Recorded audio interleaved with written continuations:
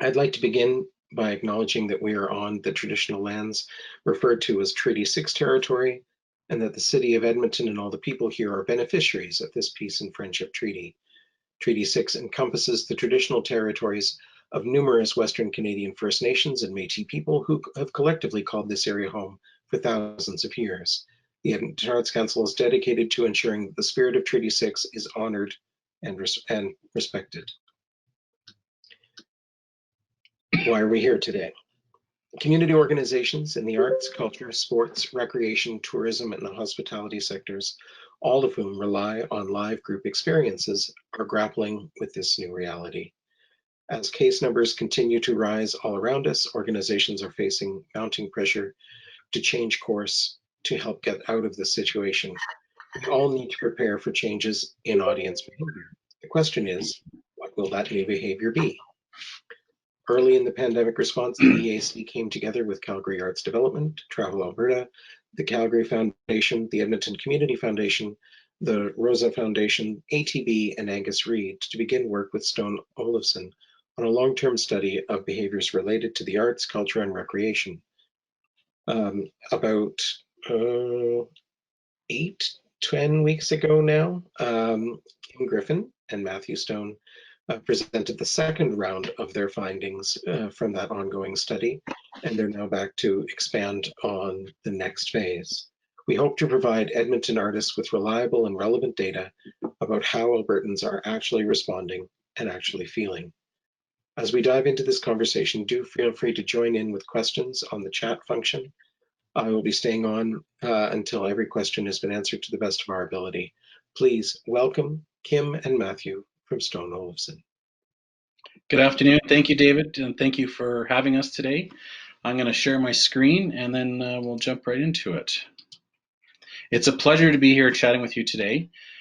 We have been eager to be sharing the latest round of our research. As David had mentioned, it's been about 10 weeks since we had last been with you, and we now have a next wave of phase of research that we want to be able to share. Before I get into the firm details, as always, this is a conversation, so please feel free to throw in questions in the chat box if you feel, as well as allow us to share more information or save until the end. We can have a conversation. This is intended to be a discussion, and we want to be able to share what we know and then be able to help you move forward with it. We want to thank all of these organizations that David had mentioned. The Edmonton Arts Council with the Edmonton Community Foundation and all of the other organizations here have been very progressive and forward-thinking in terms of trying to help organizations in the experience economy really get good foundational data to help them make decisions and really plan the recovery. As you may know from the first few phases of research, the experience economy in Alberta is a massive part of our day-to-day life, with virtually everybody participating one way or another, but it has massive economic implications. So our collective prosperity is critical to the future of the province. The point of this research is really to ensure that we give you facts. There's lots of research out there, and you're well aware. You see national studies and you see American studies, and you see examples of what's going on in Europe or in other jurisdictions even next to us in BC or in Ontario.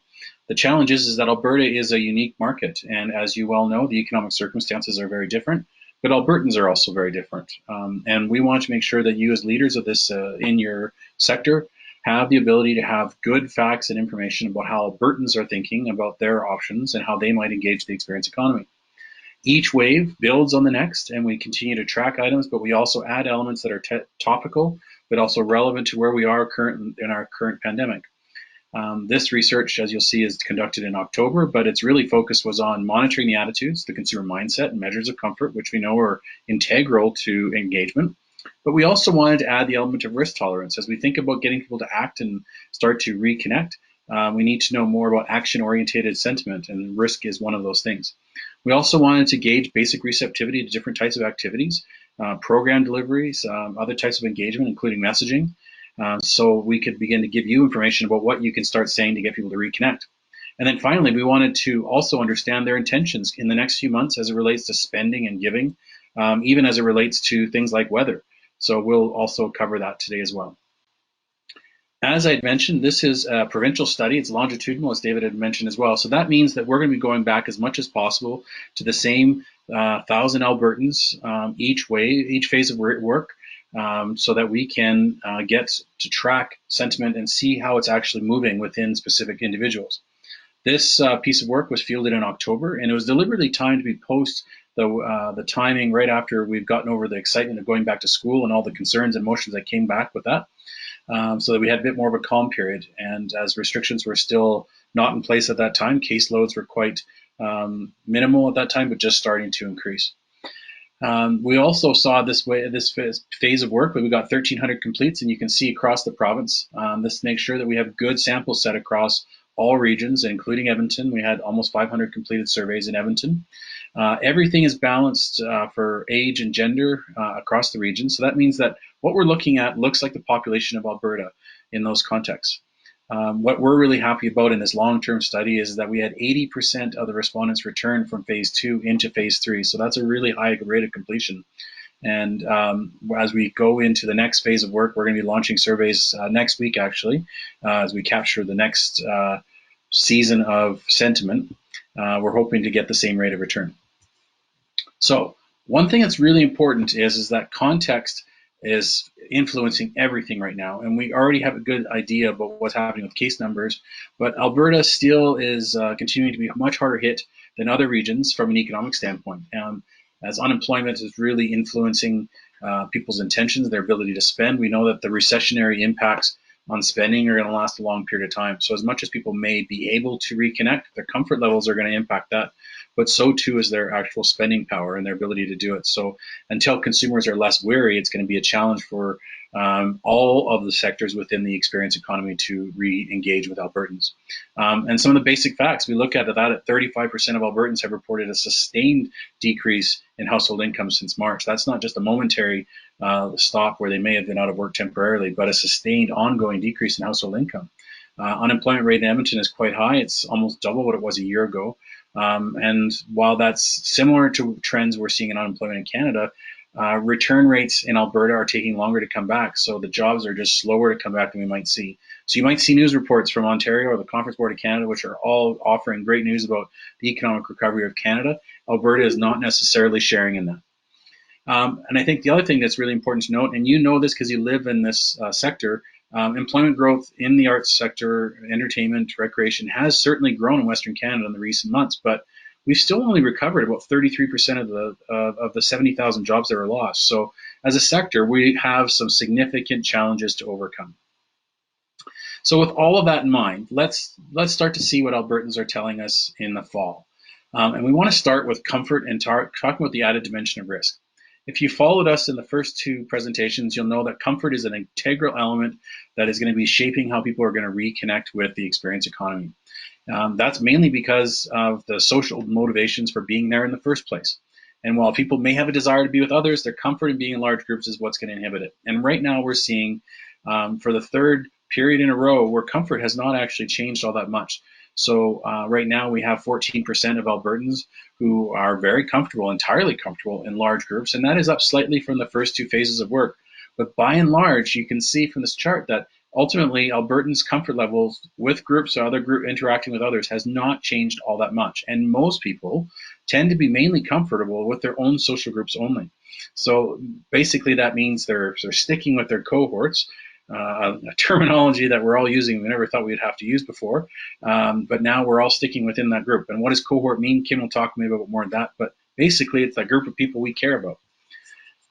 This comfort level is not the same across the province. We know that 28% are comfortable in large groups. We have the bulk in the medium group, and then we have a smaller group who have a low comfort with only their own self or their own immediate family. But if you look across the province, there are differences. And a large part of this, as we covered in the last presentation, has to do with both the economic situation that we're seeing in our province, as well as case numbers. For example, in the first phase of work, Edmonton levels in terms of high comfort were on par or slightly higher than what we saw in Calgary, and on par with the rest of the province. But as case numbers dramatically increased over the summertime, that level of comfort, or the proportion of Albertans who are comfortable in large groups, declined significantly. And now Edmonton has sustained that higher caseloads, And we're now seeing that only 19% have a high comfort in large groups, which is significantly lower than the rest of the province. The northern part of Alberta, by contrast, is much more comfortable. Higher numbers are much more comfortable with large groups. And that is attributable to two things. First off is the case numbers at the time of the survey was much lower than they typically are in the other urban centers. And even to this day, even though we've seen a second wave of case numbers, the numbers remain relatively low or comparatively low in northern Alberta compared to Edmonton or Calgary just because of population. The other element that's really impacting this is the economic circumstances. Northern Alberta in particular has been impacted by the crash in oil prices in March, and that has been stayed low. As a result, unemployment rates are a little bit higher in Northern Alberta. And we know that ties to the experience economy because people who have been disproportionately impacted have a higher interest in getting back to normal. They have a desire to say, hey, let's stop what we're doing, let's get back to where we want to be. So it's not necessarily a philosophical opposition to the pandemic as a whole, but it's more of a desire to see things get back to normal so that maybe, hopefully, their life can get back to normal as well. Now, comfort is a really important sentiment. It helps us inform the state of mind when people are considering different activities. But we wanted to add on the element of risk. And the element of risk is important because comfort is a mindset, but risk is really about action. And we wanted to add this element because as we know that if we have a better understanding of how the kinds of risks that people are willing to take, then we can know that how that might apply to behaviors and what people will actually do. Now, the first thing that we look at, it's not just enough to look at their day-to-day risk tolerances, though we will look at that. In a pandemic environment, we have to know a lot more. So what we've done is we've asked about their personal risk, their day-to-day approach, and are they generally a risky person or not? But then we've also layered on their capacity for risk in this pandemic. So are they or a family member at high risk of severe health outcomes because of COVID? We know that frames people's discussion, that frames people's risk tolerances. If we know that we have contributing issues with our health that might be impacted by COVID, that might change what we're willing to do. And the last thing that we wanted to layer on because of this is that how important are the experiences to them? What trade-offs are people willing to make to participate in activities? So are the activities just as important to them or more important than the associated risk of contracting the virus? Now, we look at this on an individual basis for each respondent. We don't want to average across the whole province because that might cloud a few things. So what we've done is we've asked people's personal risk approach, their capacity for risk, and their importance of experiences on a 10-point scale for each individual. And then we averaged it for each individual to get an average of those to understand their overall relative risk tolerance in this pandemic environment. And that'll help us understand a little bit more going up forward. So what does that look like? Well, when we look across the province, the personal risk approach, about 25% of Albertans say they're pretty highly risk tolerant. In Edmonton, that's only about 20%. So Edmontonians are slightly less risk tolerant than we would see for the rest of the province. What's interesting about that, we get this question a lot, is how does this compare to other markets? Is this the same? Are Albertans different? There is no way to tell for sure, but we know that there is some correlation to age, whereas younger adults tend to be more risk tolerant than older adults. And Alberta has a much younger population than other parts of the country, so we can expect that potentially the risk tolerance in Alberta might be a little bit higher. In Edmonton, however, it is slightly lower on a daily basis. Now, what happens when we factor in their capacity for risk? What is their risk for low income or for severe outcomes? So those with high risk for severe outcomes across province are about 27%. In Edmonton, slightly higher at 30%. So that tells us that they are a little bit less risk tolerant than they might be normally. And at the other end of the scale, we know that there is about 38% who are have a really low risk of any severe outcomes associated with COVID. So their tolerance for risk is much higher. And then the last element we look at is the element of experiences. Very important regardless of the risk. We know that about 32% of Albertans overall say, you know what, the experiences outweigh the risk for me and I really want to participate. Edmontonians, however, play that game a little differently, and only about 24% say, you know what, the experiences outweigh the risk and I'm willing to take that chance and go and participate and engage. Ultimately, it begins to paint a picture for us of tolerance. So before we talk about how that lays out in terms of a matrix, the last thing we want to layer on to all of this, in terms now that we know their general capacity, tolerance for risk, and the importance of experiences, the last thing we want to layer onto this is how they think about it. So across the province, we know that about 21% of Albertans say that they have a high risk tolerance, and about 54% are in the middle group. It looks a lot like our comfort. Edmonton, much lower proportions of Edmontonians who have a high risk tolerance. Northern Alberta, not surprisingly, slightly higher.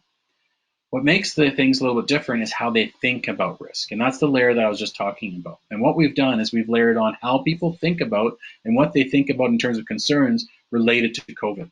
And this helps us frame the nature of the risk. At the top of the list, 70% of Albertans, 77% in Edmonton are most worried about getting friends or family members sick. So people that they know in their cohort or people they care about getting them sick. Below that, secondary is themselves getting sick at 54%, again, slightly higher in Edmonton. Concern levels in Edmonton are generally higher across the board in most cases. Then you can go down the list, getting somebody I don't know sick, risk of complications, again, much higher in Edmonton.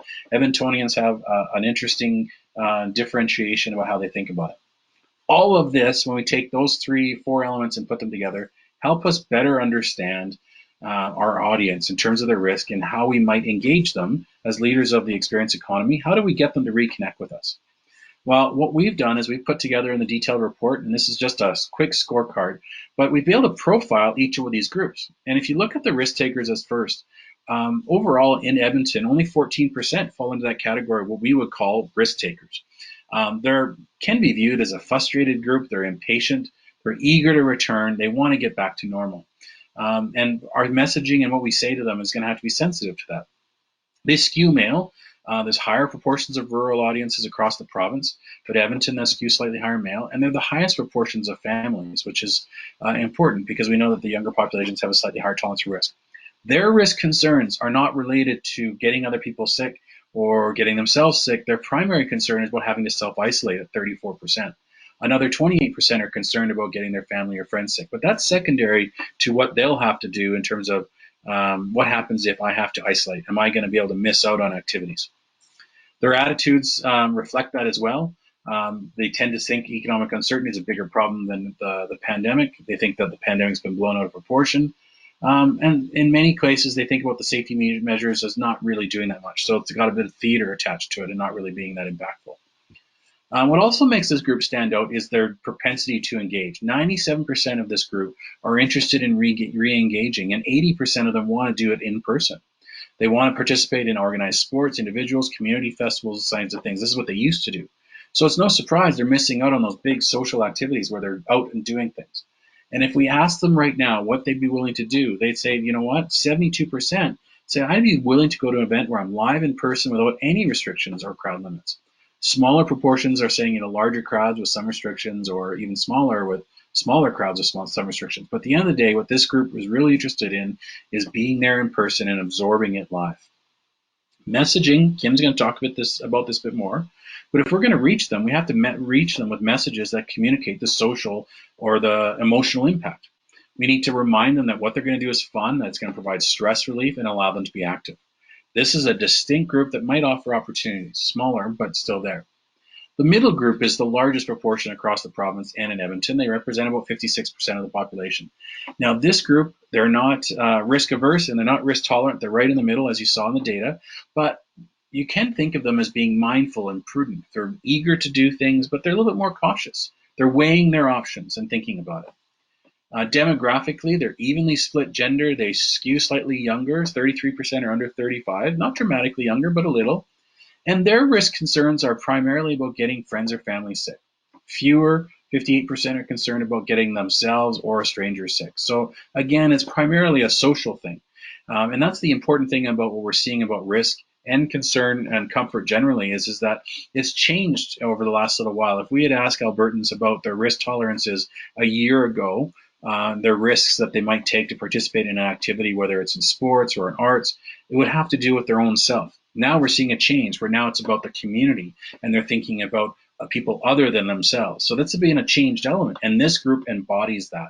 They're bringing that forward where they're really thinking about that group, that community message. We shouldn't be all that surprised, as an aside, because of all the messages that are around since the beginning of the pandemic about why we wear masks and why we're social isolation protocols are in place. It's because we don't want to get others sick. So it's a community message, and that's getting through. Now, this group, their attitudes are interesting. They will wear a face mask if it means they can return to their normal activities for 76%. There's a higher level of wariness. 77%, are a little bit uncomfortable in interacting with people they don't know. So they fall into the middle group of that comfort. At the end of the day, this group's the activities. This is where the balance becomes really important because they want to do things. They want to get back to doing some things and be active.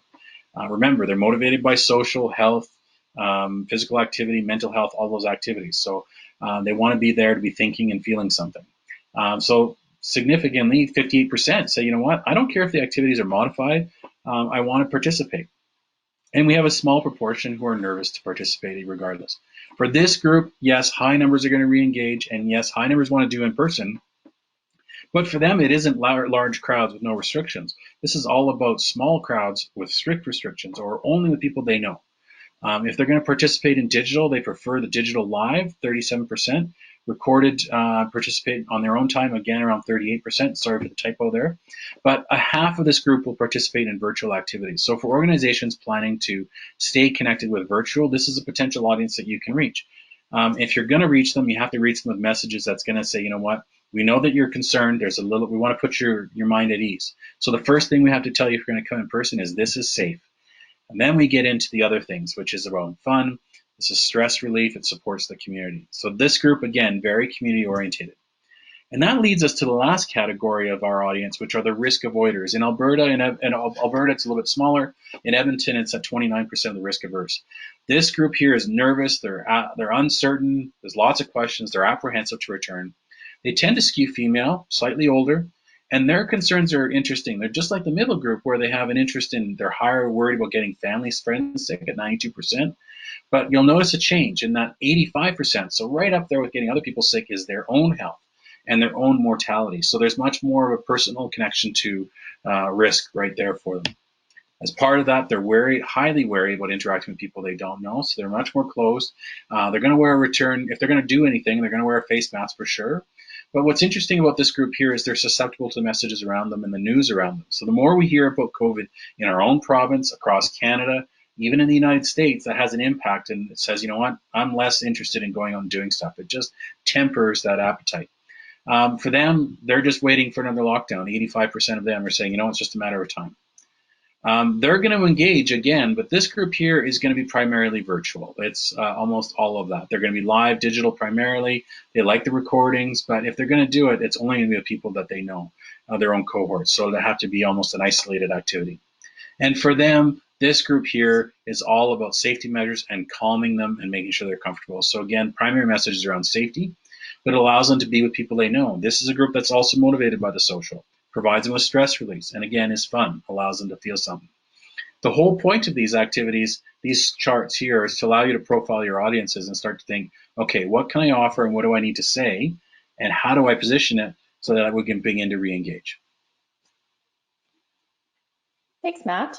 So what I'd like to do now is shift our attention a little bit towards attitudes of Albertans and Edmontonians, because once we know what consumer mindsets are, and Matt gave a wonderful overview of what that's looking like for this particular phase of work, we need to look at attitudes as a prerequisite really to understanding how individuals are going to approach re-engagement with different activities. So let's move forward and let's look at some of the attitudes that we're seeing emerge. And there's a lot of information on this chart, I know, but there's a couple of things I'll pull out. The first is that there's still an inherent complexity to the attitudes across Alberta with respect to this pandemic.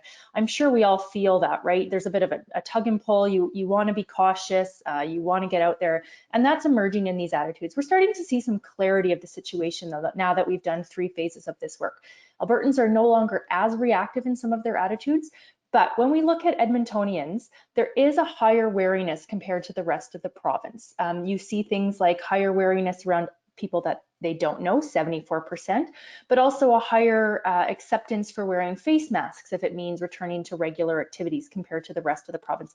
And that's something that's grown over time, and we've seen that across the province.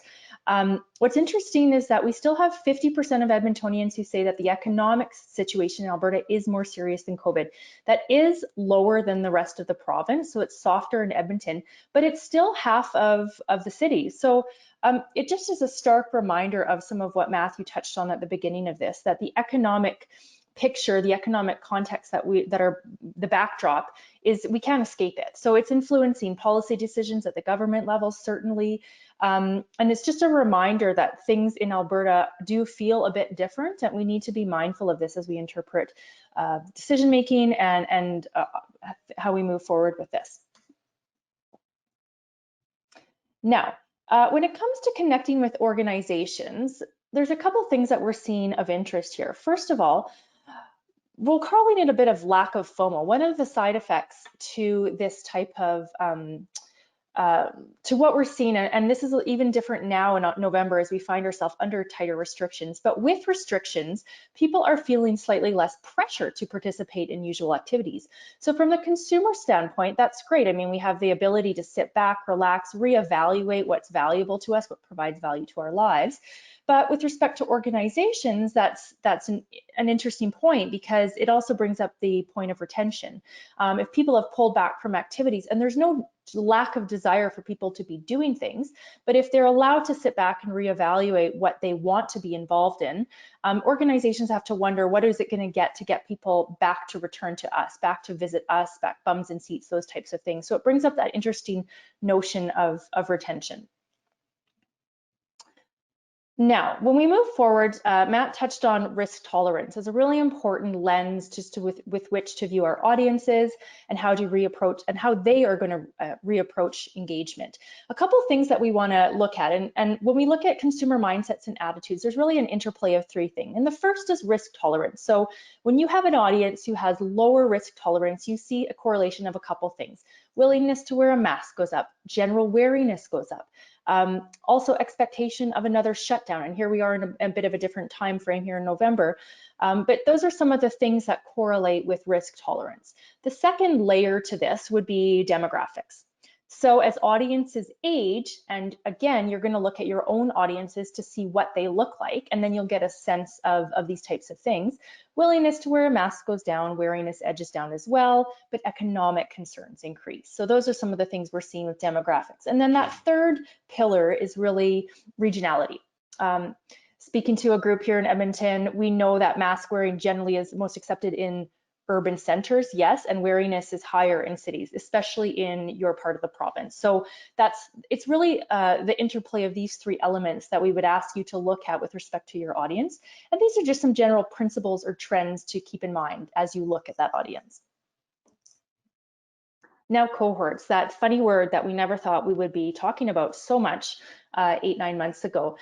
So the interesting thing about cohorts here is I think there's still some evidence that there's a lot of confusion about who they are and who's in them. And we would even say that, you know, some of the recent public health measures really make no mention of them. So what to make of that, I'm not sure. But we've asked a question about how people are perceiving cohorts. And what we want to take away from this is that how Edmontonians and Albertans approach cohorts is really how they going to dictate how people choose to participate in activities. So in Edmonton, we have 79% of Edmontonians say that either their cohort is immediate family and hasn't changed in the past few months, or includes family and immediate and social groups and hasn't changed. So regardless of how people are defining their own cohorts, that tells you that that's a large chunk of individuals who are saying that I'm sticking to my own people.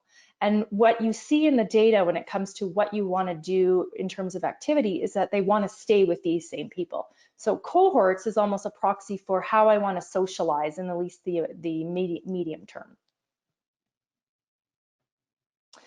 Now, one of the things that we also wanted to key in on, I know this is a big question that's emerged for a lot of organizations, particularly in the arts and culture sector, is, well, what can I expect for volunteers and for donations and all of that? So no question that organizations will need to adjust their expectations, because there is a smaller appetite for volunteering and there is a softer willingness to donate money. Those are those red bars you're seeing. So in the next 3 to 6 months, large proportions of Alberta expect that they will soften their spending and their giving. There is a good proportion as well, though, and that's the gray bars that say I'm going to maintain my levels. Now, we don't know if they've dropped their spending or they're donating in the previous months and they're just maintaining a baseline. But the takeaway is just it's a bit of a stark reminder that organizations are probably realizing this right now, but that you need to adjust your expectations and be creative with respect to your volunteer base and your donation base. So we've covered consumer mindset, we've covered attitudes and perceptions towards this pandemic and re-engaging. So then the next phase is to turn our attention to actual activity and programming options. This is a little bit interesting now as we're kind of in this holding pattern here in November, I'm sure, for a lot of organizations, and we're under new restrictions. Certainly things are going forward, but there are other things that have been paused and pulled back. So the question that we're sometimes facing is, why are we showing this now? Is it meaningful? And the answer is absolutely yes. We are absolutely in the middle of a hurricane. Things are changing rapidly. Matthew talked about context as being really important, but we still need to capture that clarity of public opinion and public attitudes, and we still need to be forward thinking in our planning, and this helps us do that. So when we look at preference for different types of events, specifically, this is what we're seeing. If we just want to go back one more slide, Matt. The overwhelming preference still remains for in-person options, 80%, if things stayed the same and we went into 2021. However, you can see right off the bat that when you go a little bit deeper, the strong preference is for small groups. So intimate social settings, only people I know, my cohort 45% in Edmonton, or smaller crowds and strict restrictions. So that gets us back to that idea of cohorts. If people are going to do live events, because you simply can't replace, there's been some wonderful innovative approaches that have come out in the past couple months, but there is an element for that live performance that, as we know, you simply can't replace, and people do desire that, but it's got to be a small intimate group setting. That's really, really clear. And there is an appetite for digital as well, but there is a ceiling. So some things don't translate as well. We're past that approach where you can just throw something on Zoom and it works. That's a bit too reactive, and people are tired of that quite quickly, as I'm sure many of you found. But there's an appetite if you can be nimble and innovative within that. And Matt talked about the audiences that might be more receptive to that as well.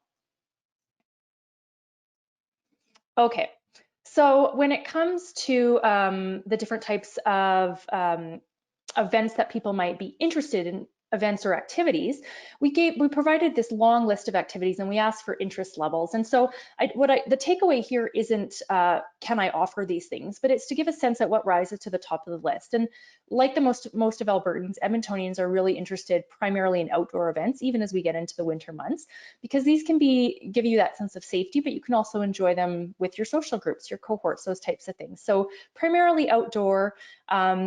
And then one of the layers that we added to this was a question that has emerged in previous phases, is temperature. And what we found is, interestingly enough, Edmontonians and Northern Albertans are much more hardy than the rest of the province. So kind of that average temperature, not taking into account duration or nighttime temperatures, is about 12.6 for Edmontonians, and then they want to get out of the cold. It's 10 degrees across the province, and it gets warmer as you go south. So Edmontonians are a bit of a hardier bunch.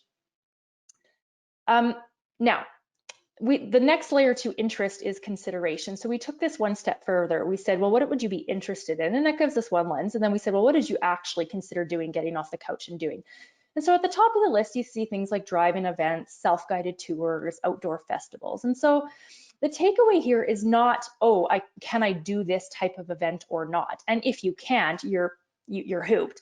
That's not at all the takeaway. The takeaway is, because we are not measuring specific events per se, we're looking for shared characteristics within these events. And so when we look at these top events, there's some things that they all have in common that we can pull out. So the top activities on this list really are fairly broad-based, so you can adapt them to different sectors, but they also allow for some flexibility in how the events are designed. They're fairly easy, so simplicity is important. There's an element of flexibility and timing, that you can do them at your own pace, even if you're having to purchase tickets at a timed intervals. There's safety, right? So there's a sense of inherent safety built into these types of events because of distancing, that sort of thing. And they have this shared social element that you can build in. So rather than look at the specifics, what we would encourage you to do is look at your offerings and say, do they offer these types of characteristics? Because if they do, you're going to get more traction. And if they don't, can you adapt considering these types of characteristics? Okay, so Matt touched on messaging, and that's really, really important. And so when we asked a little bit more specifically about this, what would you need to hear from an organization for you to feel confident in returning to your activities? The number one message or promise is about safety, and that's not surprising. The interesting thing is, when we look at promises, this is something we have the ability to look at pre and post. Certainly in pre-COVID recess, I mean, you didn't need to talk about safety in any way, shape, or form. But not only do you need to talk about it now, but it pays dividends to actually prove this. So consumers are making trade-offs, particularly in that middle group that Matt talked about, that risk reducer group. Safety can often tip the balance in your favor. So other messages are really important, of course, and the weight at which you deliver these types of messages will depend on your audience and their risk tolerance. But some of the things that we saw were really important to differentiate an organization pre-COVID, things like being unique and completely different, simply don't have that same pull right now. Safety is really your lead horse. Then the secondary messages would be about fun, stress relief, so escape and comfort. And as Matt touched on, these really differ by risk tolerance. So depending on what your audience looks like, you're going to give a different weight to these different types of messages. Okay, so what does this mean for you, the organizations that you work in? Let's pull it all together and give you some takeaways. The first one, just to go back to what Matthew talked about at the beginning, is that community attitudes and comfort are being entrenched. We really haven't seen a movement on comfort over time. This is becoming a barrier to participating, and it's time that we at least recognize that that's the case, much like lack of parking or pricing or all of these things were barriers that organizations had to address. Comfort is now one of those things that you need to address, because there's not a lack of desire to participate, but there is a barrier with respect to comfort. So we may not be able to shift comfort, but if we can recognize a barrier, it's a barrier, that's the first step. And then organizations that are building comfort are also building engagement. And it's partly just about communicating the measures that you're taking, because the more comfortable people are, the more likely they are to do something. It's a great point. We see lots of good examples of organizations in sports, in festivals, in arts and culture that either through what they offer or what they say are building comfort or confidence in the safety measures as well. It's not enough just to say, hey, you will be safe. It's showing them what you're doing to do that and that you care about their safety. The other element is risk. We've talked a little bit about that at the early part of the presentation, and I think it provides a richer understanding of how you're going to get your audiences to connect with you. At the very least, you need to take this into account for your planning and recognize that risk used to be an individual consideration, but now it's actually a community. And it's not entirely surprising. We saw initial messaging across the province was about keeping safe, and everything now in terms of mask wearing, in terms of safety protocols and social distancing protocols and restrictions for people at home is about keeping each other safe.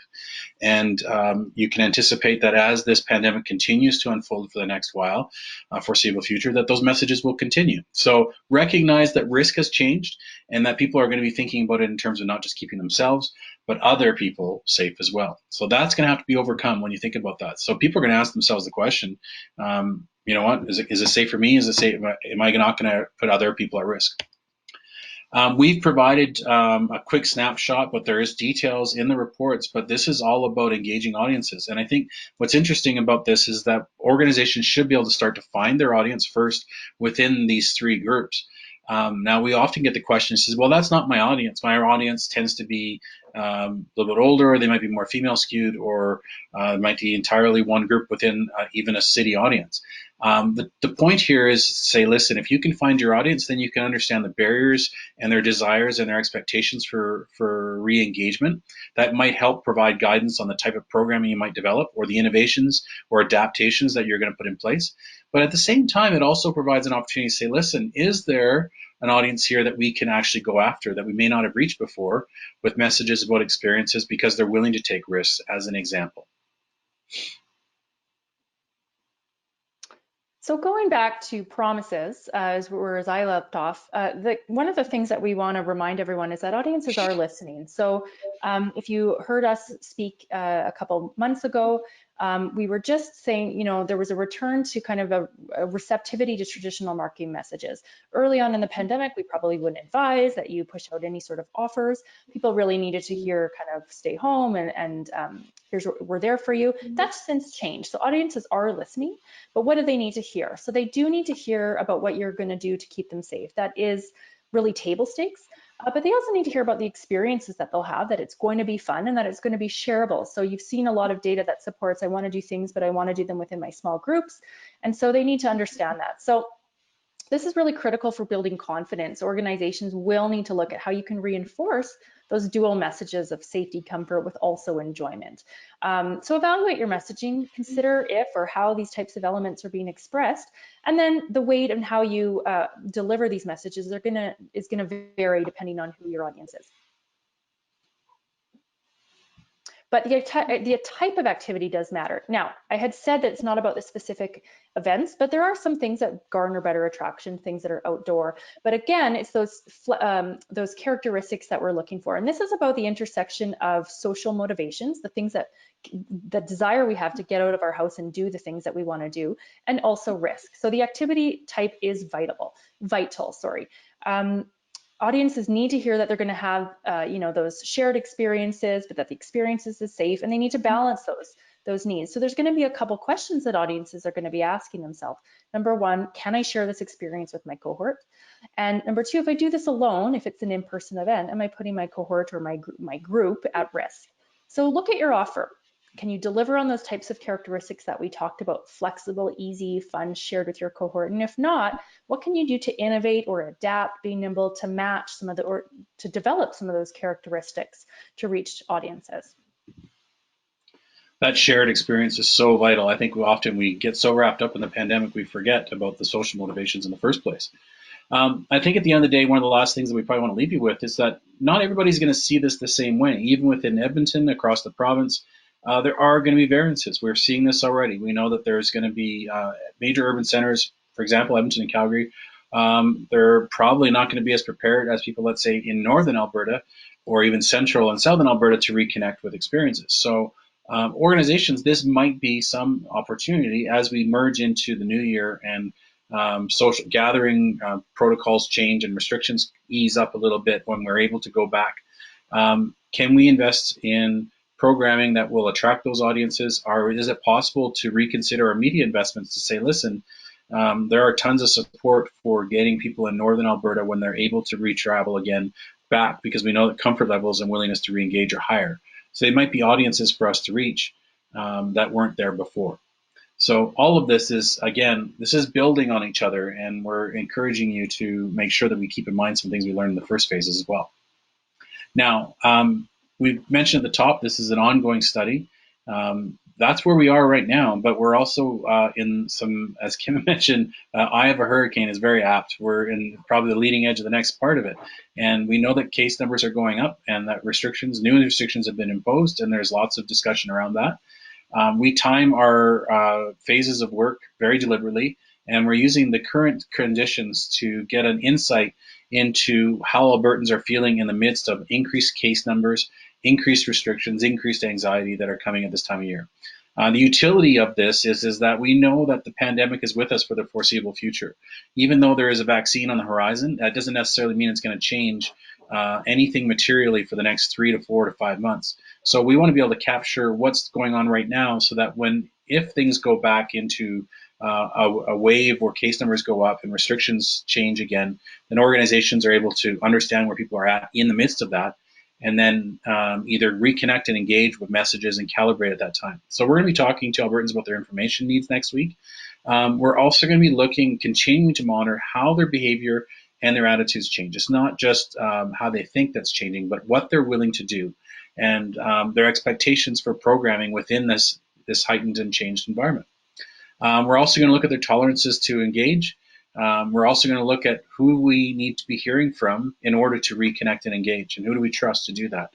And then finally, we're going to be looking at pent-up demand and even still continuing to probe on weather and things like that. So again, we want to be able to provide those insights to help you as organizations stay connected with Albertans, whether restrictions are coming down or restrictions are going back on and anxiety is going up.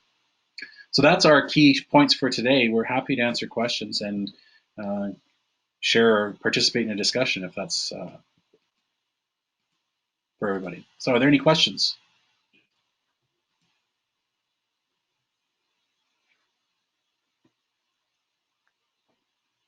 Well, hi there. This is Jerry Morita from Mile Zero Dance. And I just wanted to comment that I've been receiving feedback that the online offerings are allowing certain people to participate who faced various barriers to participation before.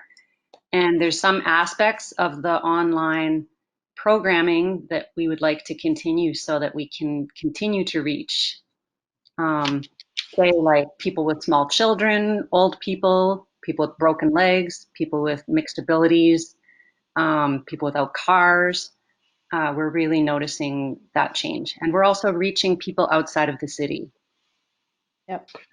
That's I don't know if you want to comment, Kim, but that's a Sure. great example. There's tons of them out there, festivals that are offering that. In Calgary, we know SIF, the film festival, is an example, moved to a hybrid offer that reached new audiences, not just in Calgary, but across the province and in other provinces. And when you re-engage and reach those new audiences, you get new people to engage with, but also has major reputational benefits. So that's great feedback, bang on the mark. Yeah, and I would just build on that. I mean, I think we started to hear a little feedback from organizations like yours in the last couple months about that, you know, in some ways you're making it more accessible to access your programming than before. And I mean, when we talk about the ceiling for digital, I mean, I hope it's clear that we're talking at a macro level, right? I mean, you simply can't take all live experiences and move them to a digital platform. There are inherent limitations. But when Matthew talked about, you know, this is an opportunity to look at new audiences, he was speaking from a risk perspective, but the platforms and the different delivery options give you that as well, right? So, and a lot of these things, as I'm sure you're finding, a lot of organizations have had their hands forced. This isn't necessarily a direction you would have turned without the circumstances that we're in. But it's just wonderful to see when organizations can, you know, find those new audiences and to hear those success stories. I think it's really great to hear. Mm-hmm. The ones we've seen the most success, just as an aside, are those that have gone back to the motivations for participating in the first point, and then capitalized on that. So if it's social, they make sure there's social elements. If it's idea sharing, that those are tools that are leveraged for that, they go back to that. It's not just modifying or adapting the programming, it's adapting to the motivations as well. Yeah, and I was on a separate conference earlier today, and I heard a great line I wrote down about being reactive and isolated is not the way forward for most organizations, right? And I think at the beginning of this, everybody, we're reactive, right? So that was where you saw a lot of like, well, we're throwing this on Zoom and let's hope for the best. But if the system is causing us to be like this, then quite simply, we must rebuild the system. And I really like that because this is really allowing us to do that. I don't want to paint this, you know, in too rosy of a light. I know it's been tough circumstances for everyone, but it's been allowing organizations to rebuild the system in some respects. And accessibility is, I think, one opportunity for this. Any other questions, comments like that? It's great. Hi, my name is Nadine Bailey. I'm in Edmonton and I offer a ghost tour of all things that I've been offering in Edmonton for many, many years. I've been offering over the years, you know, different forms of the tours, whether it's history tours, trolley tours. And of course, with COVID, it's really, you know, affected because the majority of the tours that I would offer, I haven't been able to do because they go inside and we had to, you know, stop those. And unfortunately, I wasn't able to hire back some of my actor friends and tour guides. But on the other side, you do see people wanting to get outside. So the events that are all outside and walking have been, you know, have been good because people want to get out. But on the same stance that they want a smaller group size, they don't want, you know, 50 or 60 people. They want 20 or less. And they feel a bit safer.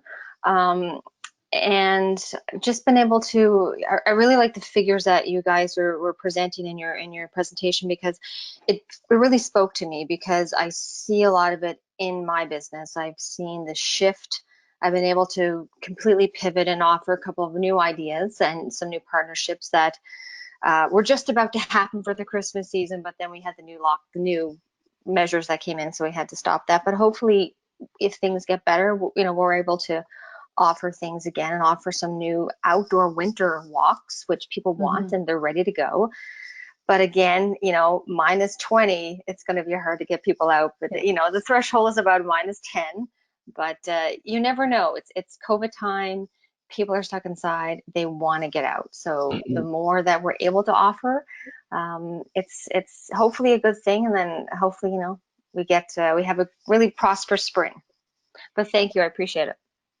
That is so great to hear. We love that.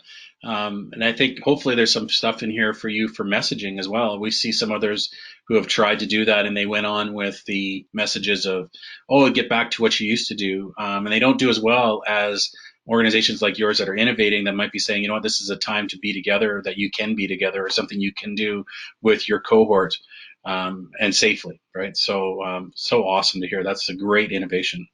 Great No, adaptation. very, very true what you said. And I really spoke to the message of putting out the safety aspect. It's all about the safety because people wanted to know. I wanted to know when I did events with my kids, what are the safety measures?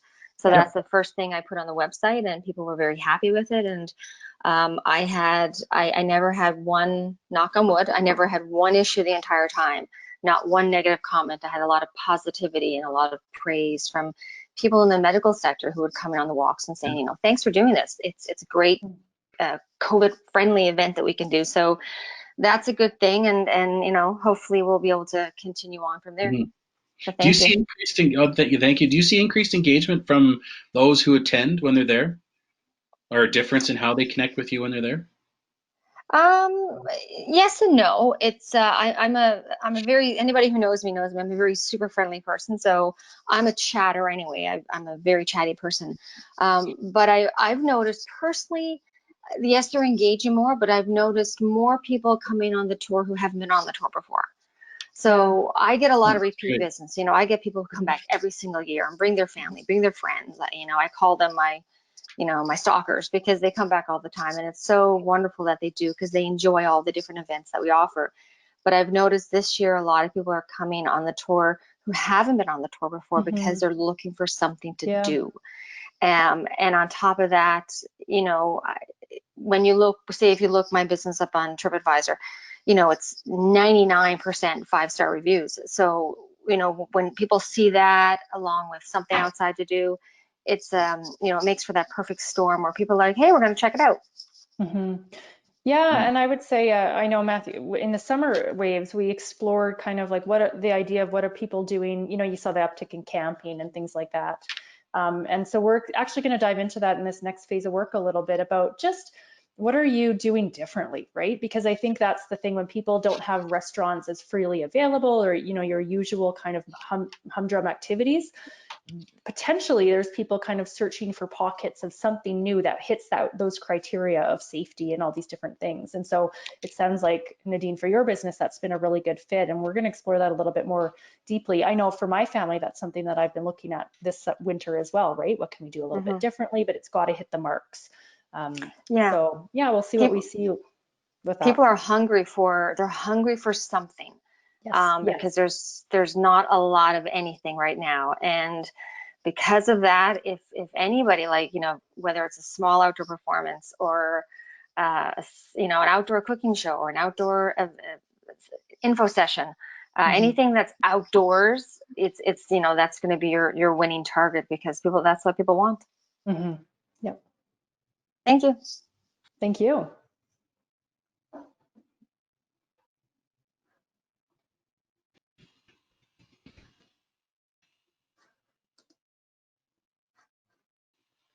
Any other examples, like Nadine, or other questions or observations?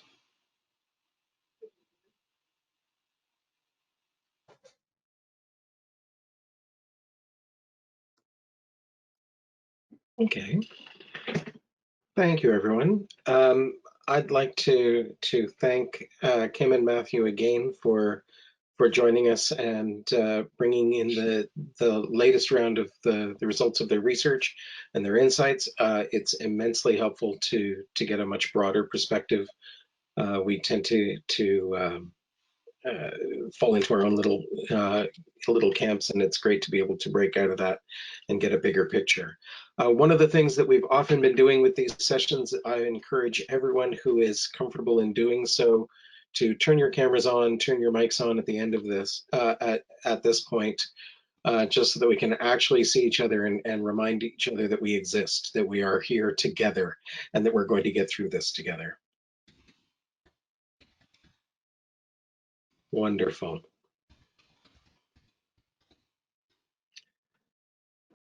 Thank you so much, everyone. It's great to see you. And again, Thanks, everyone. Kim and Matthew, thank you so much. We'll look forward to seeing you again probably in a couple months, I hope. You bet. Yep. You bet. Thanks, everyone. Appreciate it. Thank you. All right.